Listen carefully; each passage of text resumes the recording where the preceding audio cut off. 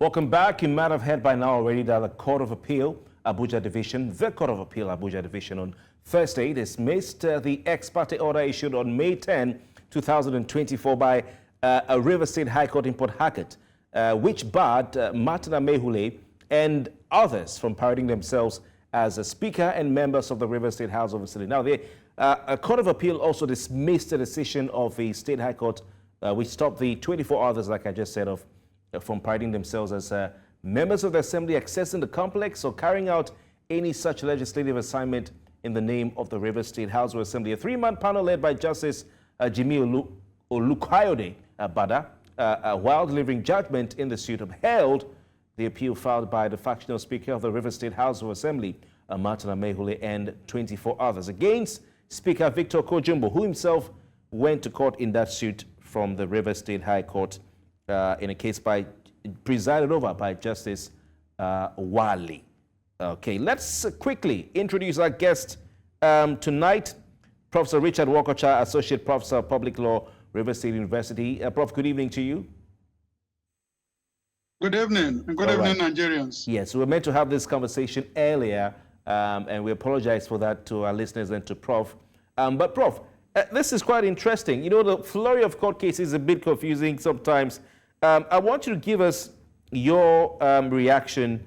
The Court of Appeal says that the express mention of the Federal High Court in Section 273, subsection 3 of the Constitution of the Federal Republic of Nigeria, 1999, as amended, automatically excludes all state high courts from exercising jurisdiction on matters of state houses of assembly. Now, you're a law professor. Sir, do you find this to be the case? Well, I think it's safe for us to proceed with the position that view has been expressed before in a matter, and the Court of Appeal upheld it, and the Supreme Court affirmed that matter. Excuse me. So the official position we have is that that is the interpretation that the courts have given to that section. I think differently, but that's inconsequential now. We go with the position, at least as the Supreme Court has also affirmed in that other case.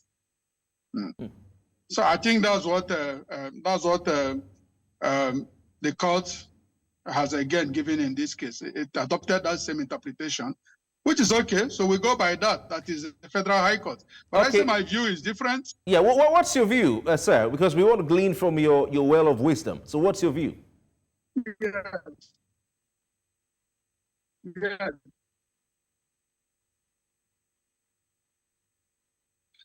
The Constitution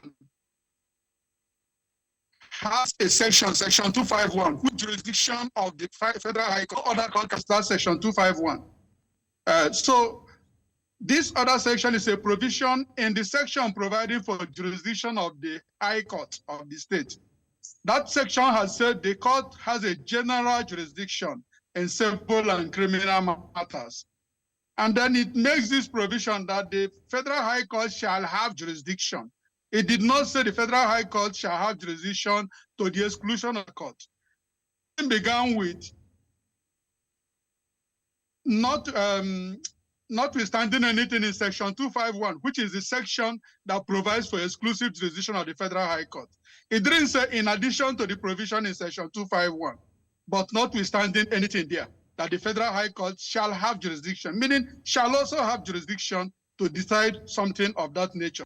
Issue of tenure and cessation of vacancy of seats in National Assembly, State Assembly, and the rest of them, and the executive position at the national level. So that section did not exclude any other courts. It simply also gives the Federal High Court power to do that.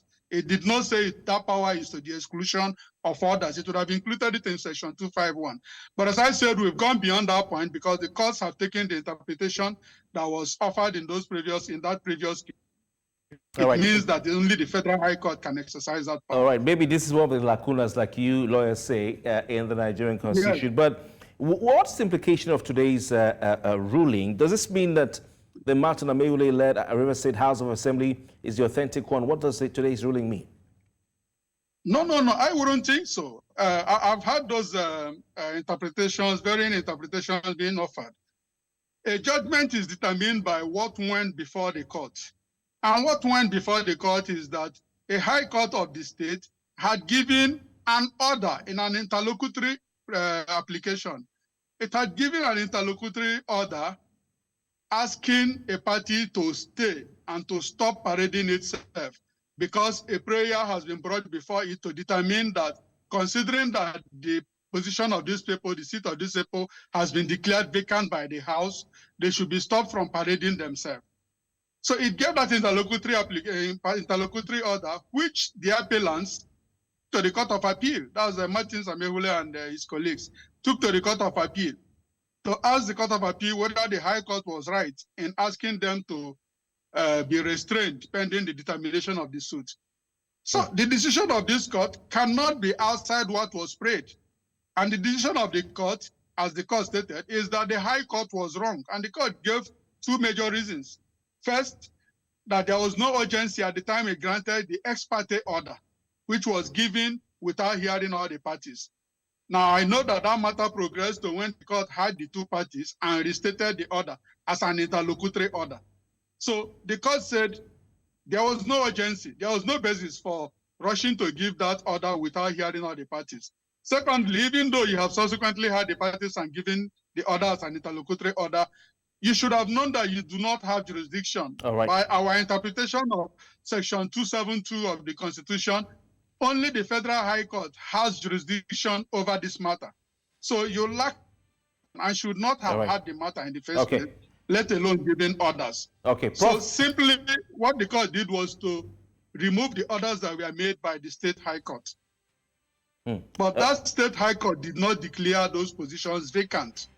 The issue of declaring positions vacant and effect of defection is a legislative issue.